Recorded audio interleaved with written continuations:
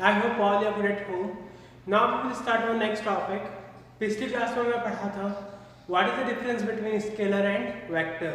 Scalar और vector quantities में क्या क्या डिफरेंस होता है ये हमने हमारी पिछली क्लास में पढ़ लिया था. वापस से उसको एक बार शॉर्ट कर देखते हैं. वेक्टर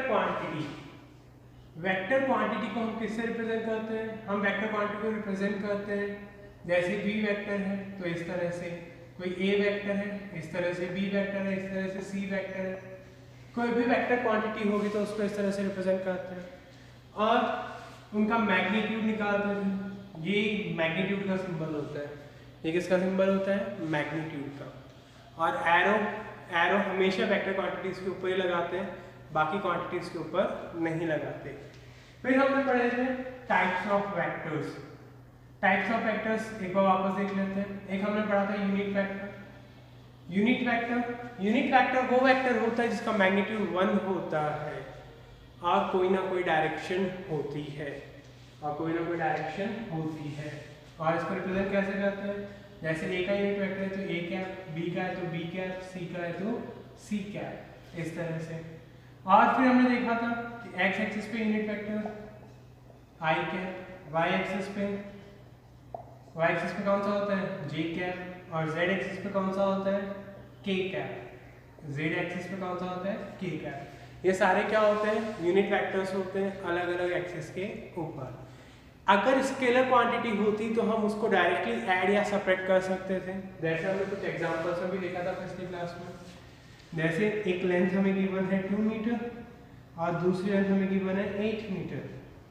तो ये लेंथ हो गई और ये अगर ब्रेथ गिवन है, ये क्या गिवन है? ब्रेथ. तो हम एरिया डायरेक्टली निकाल सकते हैं. 2 × 8 दैट इज 16. तो एरिया फाइंड करना या लेंथ फाइंड करना, टेम्परेचर, टाइम, ये सारी क्वांटिटीज कौन सी होती हैं? स्केलर क्वांटिटीज होती हैं. स्केलर क्वांटिटीज के ऊपर हम डायरेक्टली क्या कर सकते हैं? अलजेब्रिक ऑपरेशंस कर सकते हैं जहां पर भी हमें रिक्वायरमेंट हो. अब बात करते हैं वेक्टर्स पे. वेक्टर्स कैसे हम ऐड या सेपरेट करते हैं? वेक्टर्स का क्या? एडिशन देखते हैं और सब्ट्रैक्शन. वेक्टर्स का एडिशन और सब्ट्रैक्शन ये क्या क्या होते हैं इनको देखते हैं. तो एडिशन का मतलब क्या है? दो वेक्टर्स को ऐड करना और सब्ट्रैक्शन का मतलब दोनों को अलग अलग करना, डिफरेंस निकालना. तो कैसे हम इनको ऐड करते हैं वो देखते हैं. इसमें दो रूल्स होते हैं. एक होता है triangle law of vector addition और एक होता है parallelogram law of vector addition. कितने लॉज होते हैं? दो. एक ट्रायंगल लॉ और एक पैरेललोग्राम लॉ. ये दोनों ही जो लॉ होते हैं ये होते हैं ग्राफिकल लॉ. क्या होते हैं ये? Graphical law. यानी इन्हें हम ग्राफ के ऊपर ही सॉल्व कर सकते हैं, ऐसे सॉल्व नहीं कर सकते इनके क्वेश्चंस को. Is that clear?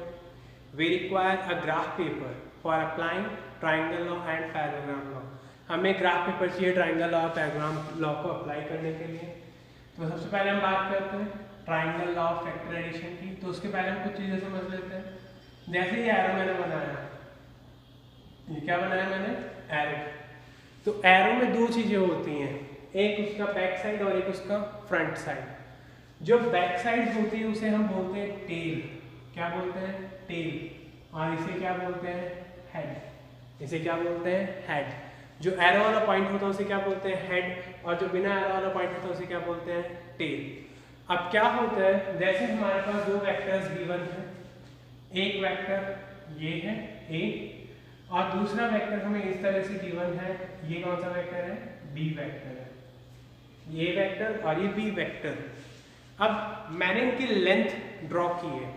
यहाँ पे एरो की लेंथ इतनी है और यहाँ पे एरो की लेंथ इतनी है. अब मेरे को इन दोनों वेक्टर्स को ऐड करना है. इन दोनों वेक्टर्स को क्या करना है? ऐड. तो इनको कैसे ऐड कर सकते हैं? ग्राफिकली. आपको स्केल चूज करना आता है. ग्राफ के ऊपर हम स्केलिंग करते हैं. जैसे 1 centimetre is equal to 100 units on X axis, on Y axis, इस तरह से हम स्केल चूज करते हैं. वैसे ही हम इनका स्केल भी चूज कर लेंगे. जैसे ये हमें गिवन है, मान लीजिए कि ए का मैग्नीट्यूड है 100 और बी का मैग्नीट्यूड है 200. ये दोनों क्या है? इनके मैग्नीट्यूड है. तो अब एक का मैग्नीट्यूड 100 है और दूसरे का मैग्नीट्यूड क्या है? 200 है. तो हम क्या कर सकते हैं, इनको स्केलिंग करके, यानी ग्राफ के ऊपर इनको प्लॉट करने से पहले इनको थोड़ा छोटा कर लेंगे, हमारी रिक्वायरमेंट के हिसाब से इनको बड़ा कर लेंगे। ग्राफ बनाना आता है आप लोग को, तो ग्राफ के ऊपर स्केलिंग करके हम इस तरह से इनको कर सकते हैं। तो जैसे ही हम इनकी स्केलिंग करेंगे फिर क्या करेंगे कि जैसे ए की लेंथ इतनी आ रही है तो हम पहले ए वेक्टर को इस तरह से ड्रॉ कर देंगे। हमने ए वेक्टर की जो भी लेंथ थी उसको ग्राफ के ऊपर हमने ड्रॉ कर दिया स्केलिंग करने के बाद में। फिर उस ए वेक्टर के हेड से, उस ए वेक्टर के हेड से हम किसको जोड़ देंगे, बी वेक्टर के टेल को, बी वेक्टर के टेल को। ये कौन सा वेक्टर है, ए, और ये कौन सा वेक्टर है, बी। उन दोनों की लेंथ यानी कि उनका मैग्नीट्यूड, ये जो लेंथ है ये उनका मैग्नीट्यूड है। हम उस मैग्नीट्यूड की पहले स्केलिंग करेंगे और स्केलिंग करने के बाद जितनी जैसे वो गिवन होंगे, जिस शेप में वो गिवन होंगे उसी शेप में हम उनको ग्राफ के ऊपर प्लॉट कर देंगे। और क्या करेंगे, इन दोनों को कंबाइन कर दिया हमने, क्या कर दिया इन दोनों को कंबाइन, ए के हेड को बी के टेल से। तो ये हमने इनको कंबाइन करना है। अब कंबाइन करने के बाद हम एक लाइन लेंगे जो ए के टेल को, जो एंड पॉइंट है उसको बी के हेड से जोड़ देंगे। ए के टेल को किससे जोड़ देंगे, बी के हेड से। तो ये जो लाइन है, ये जो लाइन है ये किसको रिप्रेजेंट कर रही है, रिजल्टेंट को। और रिजल्टेंट किसके इक्वल है, ए प्लस बी के। रिजल्टेंट किसके इक्वल है, ए प्लस बी के। ये ग्राफिकल अप्रोच होती है और इसी को क्या बोलते हैं, triangle law of vector addition. क्या बोलते हैं इसको, triangle law of vector addition. Is it clear. क्या किया हमने, दो वेक्टर्स हमारे पास थे, एक ए और एक बी। पहले एक वेक्टर को हमने प्लॉट किया, फिर उसके हेड से दूसरे वेक्टर की टेल को जोड़ दिया। टेल को जोड़ने के बाद उसको प्लॉट कर दिया और उन दोनों वेक्टर्स को कंबाइन करने के लिए हमने ए के टेल को बी के हेड से कंबाइन कर दिया। तो ये जो लाइन बनी यहाँ पर, ये किसको रिप्रेजेंट करती है, ये रिजल्टेंट है किसका, ए वेक्टर का और बी वेक्टर का। हम इसकी लेंथ मेजर कर लेंगे, फिर वापस से स्केलिंग करके इसका क्या निकाल लेंगे, मैग्नीट्यूड निकाल लेंगे। क्या निकाल लेंगे, मैग्नीट्यूड। इज दैट क्लियर, कोई प्रॉब्लम इसमें। यही होता है ट्रायंगल ऑफ वेक्टर एडिशन। क्या होता है, if two vectors are representing the two sides of the triangle, if two vectors are representing the two sides of the triangle in the same direction, same direction का मतलब इसकी direction भी इधर है और बी की डायरेक्शन भी इधर है। अगर ये ए वेक्टर है, ये बी वेक्टर है, तो इन दोनों की डायरेक्शन क्या है, सेम है। In the same direction, then the third side of the triangle, third side यानी जब हमने इसको इस तरह से जोड़ दिया, will represent the resultant in opposite direction. ये किसको रिप्रेजेंट करेंगे, रिजल्टेंट को अपोजिट डायरेक्शन के अंदर। डायरेक्शन दो होती हैं, एक होती है एंटी क्लॉक और एक होती है क्लॉकवाइज। क्लॉकवाइज जो क्लॉक के अकॉर्डिंग होती है, एंटी क्लॉकवाइज जो क्लॉक के उल्टा होती है। तो यहाँ पे ए और बी की डायरेक्शन इस तरह है, ये डायरेक्शन कौन सी होती है, एंटी क्लॉकवाइज, और जो रिजल्टेंट है उसकी डायरेक्शन इस तरह है। तो क्या मतलब है, अगर ट्राइंगल की दो साइड्स को दो वेक्टर रिप्रेजेंट कर रहे हैं तो थर्ड साइड अगर हम अपोजिट डायरेक्शन में लेते हैं ग्राफ पेपर के ऊपर, तो वो क्या रिप्रेजेंट करेगी, उन दोनों का रिजल्टेंट। उन दोनों का क्या रिप्रेजेंट करेगी, रिजल्टेंट वेक्टर। और जो उसकी लेंथ होगी वो क्या होगी, आर, उसका मैग्नीट्यूड हो जाएगा रिजल्टेंट वेक्टर का। Is that clear. यानी कि रिजल्टेंट वेक्टर की डायरेक्शन हमेशा क्या रहेगी, अपोजिट रहेगी जो वेक्टर्स हमने लिए हैं उनके। तो प्रॉब्लम इसमें। अब जैसे कल हमने देखा, पिछली क्लास में हमने देखा था क्या, नल वेक्टर। नल वेक्टर क्या होता है, जीरो वेक्टर क्या होता है, जिसका मैग्नीट्यूड जीरो होता है। अब इन पे कुछ प्रॉपर्टीज फॉलो होती हैं। एक होती है कम्यूटेटिव, कम्यूटेटिव का मतलब क्या होता है कि अगर हम a प्लस बी निकालते हैं, a प्लस बी वैक्टर और b vector plus a vector निकालते हैं, ये हमेशा इक्वल रहेगा। ये हमेशा क्या रहेगा? इक्वल। सेकंड, ये एसोसिएटिव होते हैं। ये क्या होते हैं? एसोसिएटिव। क्या मतलब है इसका एसोसिएटिव का? कि अगर हमने तीन वेक्टर्स लिए, a vector, b vector, c vector, और तो इस तरह से हमने तीन वेक्टर्स लिए, तो क्या होगा? अगर हमने b और c को पहले जोड़ दिया और a को बाद में जोड़ा, या फिर a और b को पहले जोड़ दिया और c को बाद में जोड़ा, तो रिजल्ट क्या रहेगा? सेम रहेगा, उसमें कोई चेंज नहीं आएगा। ये एसोसिएटिव होती है। फिर अगर हम सेम वेक्टर्स को ऐड या सेपरेट करें, जैसे अगर यहाँ पे हमें सेपरेट करना है, हमें क्या करना है? सेपरेट। तो हम सेपरेशन वैसे कर नहीं सकते, बट हम b की डायरेक्शन को उल्टा कर सकते हैं। b की डायरेक्शन क्या कर सकते हैं? उल्टा। तो यहाँ पे क्या आ जाएगा? a plus minus B is equals to a vector minus b vector. इस तरह से हमें इसको रिप्रेजेंट करना पड़ेगा। फिर इसको स्केलर से मल्टीप्लाई कर सकते हैं, पिछली क्लास में हमने पढ़ा था। मैग्नीट्यूड निकाला जा सकता है, a माइनस बी का मैग्नीट्यूड हम फाइंड कर सकते हैं। Is that clear? फिर अगर हम इसको जीरो में ऐड करते हैं, नल वेक्टर को ऐड करते हैं, तो आंसर पे कोई फर्क नहीं आता। अगर जीरो को सेपरेट करते हैं तो भी कोई डिफरेंस नहीं आता।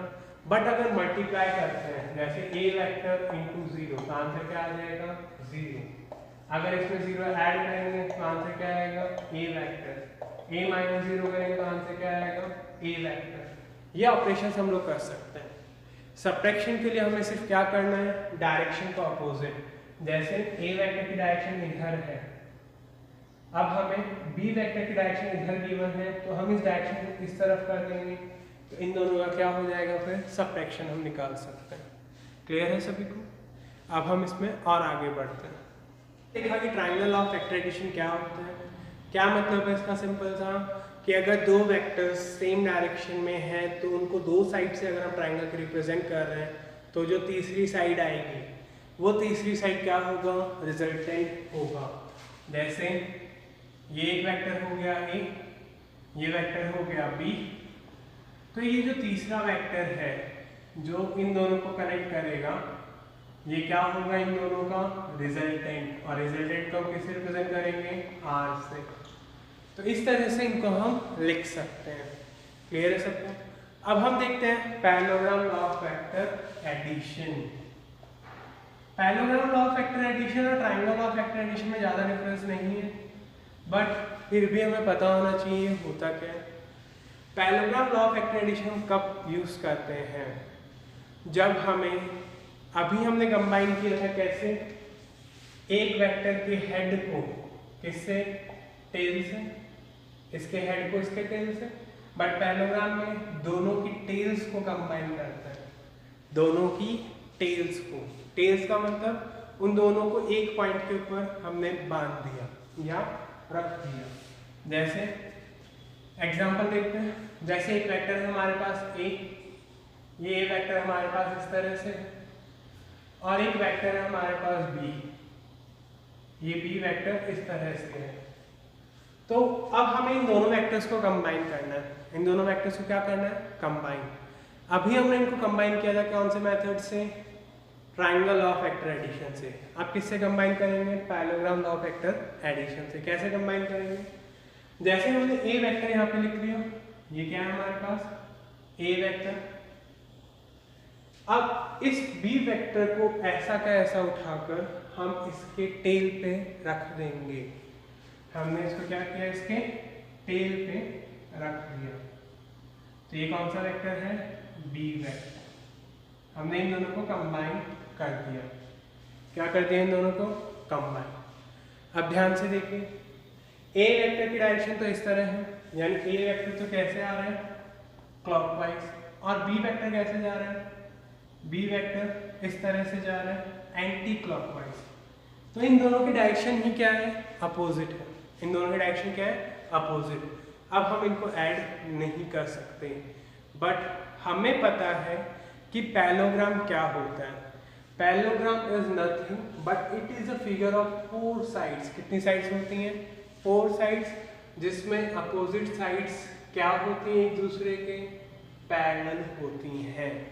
जिसमें अपोजिट साइड्स क्या होती हैं? एक दूसरे के पैरेलल होती हैं।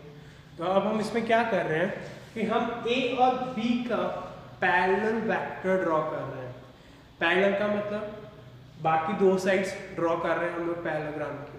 तो मैंने ए वेक्टर को ड्रॉ किया इस तरह से, ए वेक्टर को ड्रॉ कर दिया, ठीक है। ये कौन सा वेक्टर है? ए। और यहाँ पे इस साइड पर ड्रॉ कर रहा हूँ बी वेक्टर को, किसके पैरेलल? बी के। ये मैंने बी वेक्टर को क्या कर दिया यहाँ पे? ड्रॉ। इस तरह से मैंने पैरेललोग्राम को ड्रॉ कर लिया। किसको ड्रॉ कर लिया? पैरेललोग्राम को। ये क्लियर है सबको? क्या किया हमने?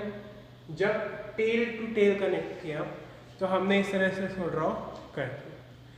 अब अगर हम इस पॉइंट से एक डायगोनल बनाते हैं, इस पॉइंट के ऊपर क्या बना रहे हैं? डायगोनल। ये डायगोनल हमने बनाया, तो ये जो डायगोनल है ये रिजल्टेंट है। ये डायगोनल क्या है? Resultant. A vector plus B vector.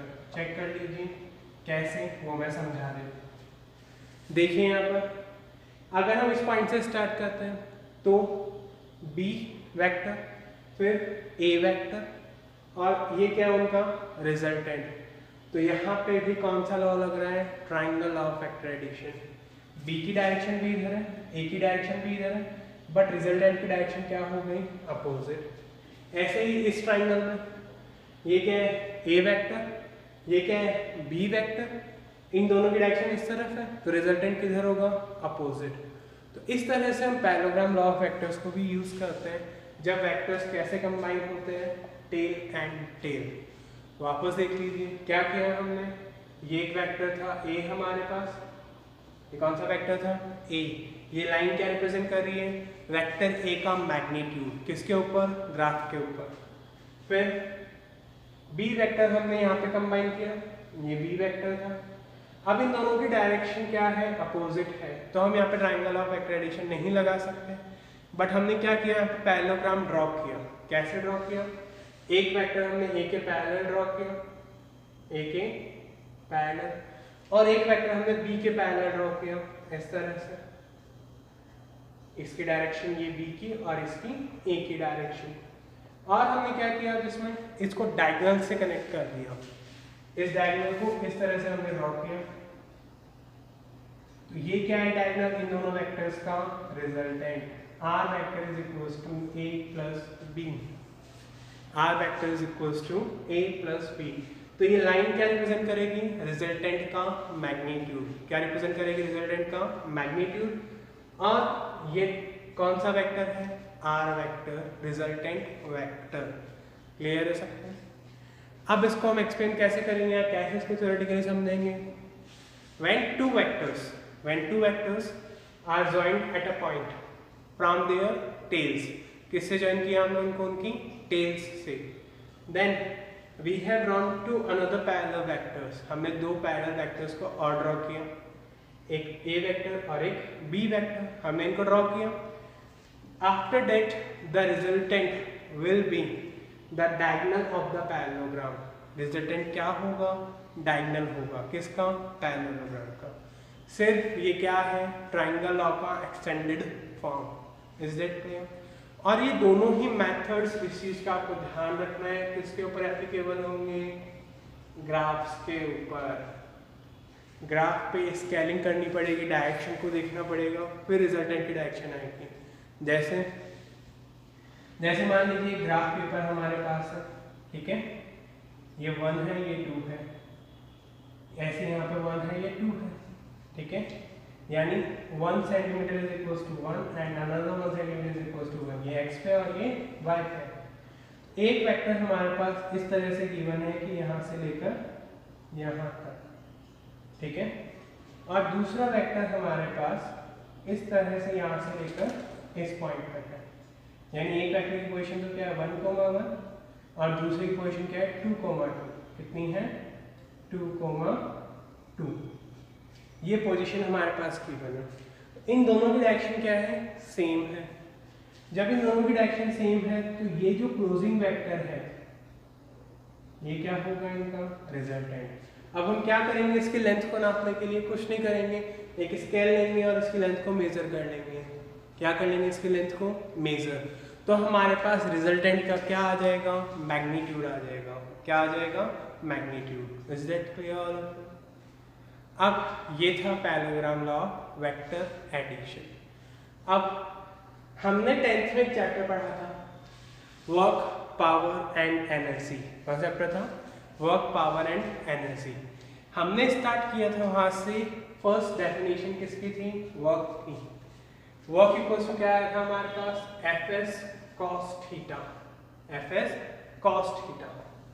क्या पढ़ा था हमने इसमें, the work done is the product of force and horizontal component of किसका, डिस्प्लेसमेंट का या फोर्स का। दो चीजों का प्रोजेक्ट था वो, एक horizontal component of force and displacement. ये क्या होते हैं कंपोनेंट्स, कैसे इनको हम डिवाइड कर सकते हैं, अभी हमने थोड़ी देर पहले देखा भी। एक्स एक्सिस पे हम कौन सा यूनिट वेक्टर लेंगे, आई कैप, वाई पे जे और जेड पर के कैप, ठीक है। और अगर एक्स वाई प्लेन है, कौन सा प्लेन है, एक्स वाई प्लेन, तो हमारे पास कौन से होंगे, आई जे।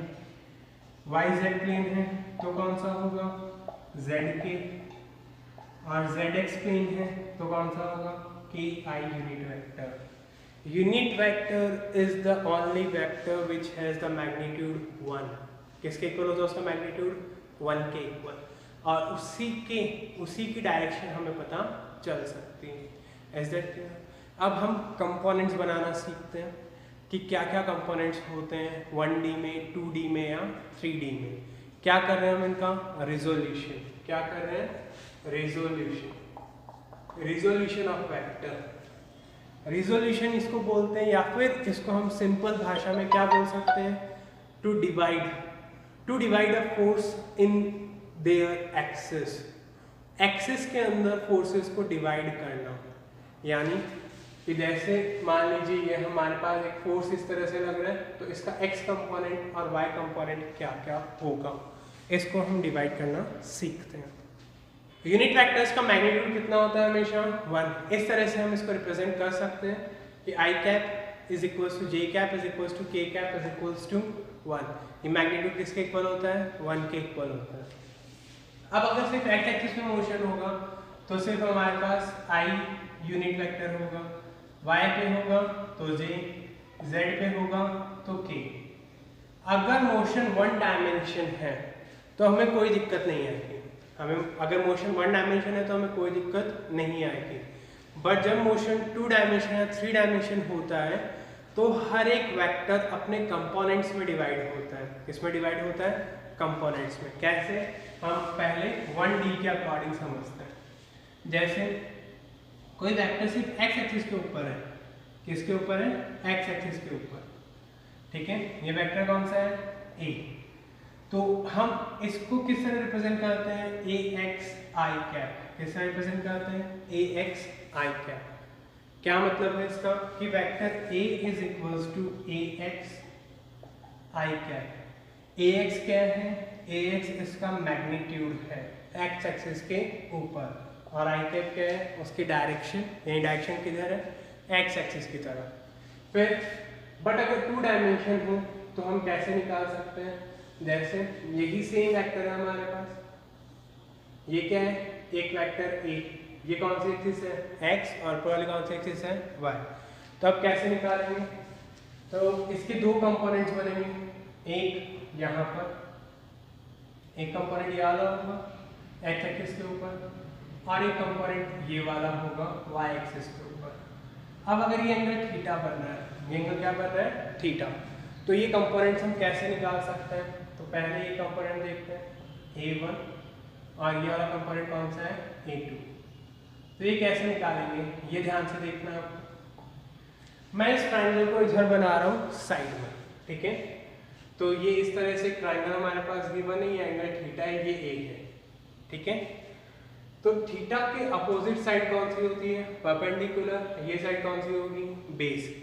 तो हमने फॉर्मूला पढ़ा है perpendicular upon hypotenuse is equals to किसके इक्वल होता है? साइन थीटा के। और base upon hypotenuse is equals to cos theta. तो हम क्या बोल सकते हैं कि P तो किसके इक्वल है? A sin थीटा के, और B किसके इक्वल है? A cos थीटा के। इस तरह से हम इसको डिवाइड कर सकते हैं। इस तरह से हमने इसको डिवाइड किया। तो अब इसी तरह यहाँ पे थीटा के अपोजिट ये वाला है, तो ये भी क्या होगा? A2। ये A2 वेक्टर हो गया और ये A1 वेक्टर हो गया। तो क्या आएगा यहाँ से कि जो A वेक्टर है वो दो चीजों के कॉम्बिनेशन से बना है। एक A1 वेक्टर x डायरेक्शन में और एक A2 वेक्टर y डायरेक्शन में। अब A1 और A2 की वैल्यू निकालते हैं। अगर हम मान लेते हैं कि x डायरेक्शन में इसका कंपोनेंट ax है, क्या है? ax, और y डायरेक्शन में ay है, तो हम इसको और क्या लिख सकते हैं? A vector is equals to ax i cap plus ay j cap. इस तरह से हम इसको लिख सकते हैं ax प्लस ay हमने लिखा। अब देखिए डायग्राम के अंदर, तो ये हमारे पास ये क्या है? ax है, ये क्या है? ay है, ये क्या है? a है, ये क्या है? थीटा। तो यहाँ से ax की वैल्यू क्या आ जाएगी? बेस की वैल्यू क्या आएगी? a cos थीटा, और ay की वैल्यू क्या आ जाएगी? a sin theta. तो ax और ay की वैल्यू हमारे पास आ गई। इन दोनों वैल्यूज को हम यहाँ पे पुट करते हैं। a वेक्टर किसके इक्वल आएगा? a cos theta i cap plus a sin theta j cap. ये आ गया हमारे पास a वेक्टर के टर्म्स में। ये आ गया। तो इस तरह से हमने इसको डिवाइड किया। अब अगर हमें इसका मैग्नीट्यूड निकालना है, क्या निकालना है? Magnitude and direction. तो कैसे निकालेंगे? ये हमारे पास आया। तो इन दोनों इक्वेशंस को मैं स्क्वायर करके ऐड कर देता हूँ। तो ax square plus ay square is equals to a square sine square theta plus a square cos square theta. तो a square plus a square common आ गया, वहाँ बचा हुआ 1 हो गया। Sine square theta plus cos square theta क्या होता है? 1।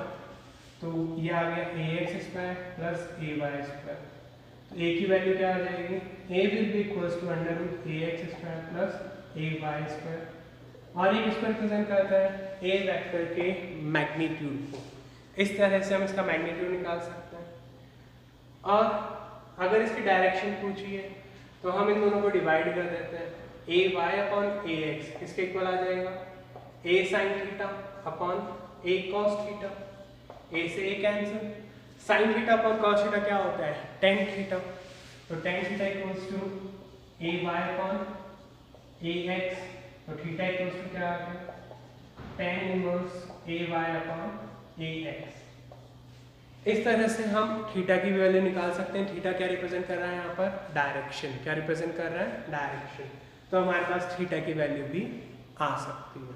क्लियर है? अब और इसका सिंपल सा मेथड क्या होगा मैग्नीट्यूड निकालने का, जो हमने पहले ही क्लास में डिस्कस किया है। जैसे ये वेक्टर हमारे पास गिवन है xi cap plus yj cap, तो इसका मैग्नीट्यूड क्या होगा? ए वेक्टर का मैग्नीट्यूड क्या हो जाएगा? x square plus y square. Same thing हमने वहाँ पे की है, सेम थिंग हमने वहाँ पर की है। हम ये भी कर सकते हैं। अब अगर वेक्टर 3 डायमेंशन में है, कौन सी डायमेंशन में है? 3 डायमेंशन में, तो कितने कंपोनेंट्स बनेंगे? 3 कंपोनेंट्स। कितने कंपोनेंट्स बनेंगे? 3। कैसे देखते हैं यहाँ पर। जैसे ये 3 एक्सिस है हमारे पास और हमारा वेक्टर यहाँ पर है।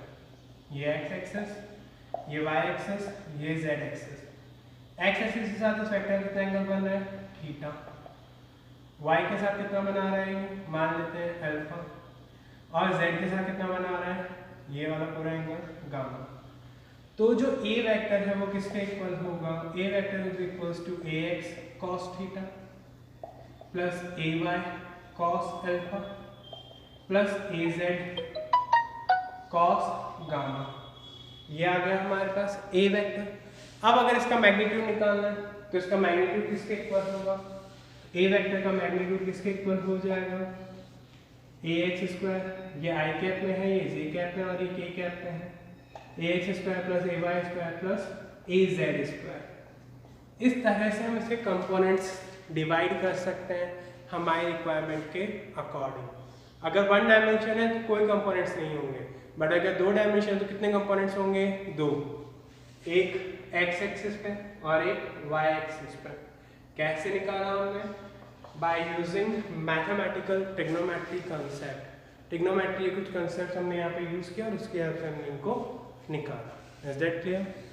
अब अगर जैसे 3 डायमेंशन वेक्टर इस तरह से गिवन है कि a वेक्टर हमारे पास xi cap plus yz cap plus k cap है, तो a वेक्टर इक्वल्स टू इसका मैग्नीट्यूड क्या है? Under root of x square plus y square plus z square. इस तरह से हम उसका मैग्नीट्यूड निकाल सकते हैं। Is that clear? तो इस तरह से हम इनको रिजॉल्व कर सकते हैं। ये सारे मेथड्स कौन से थे? Graphical methods.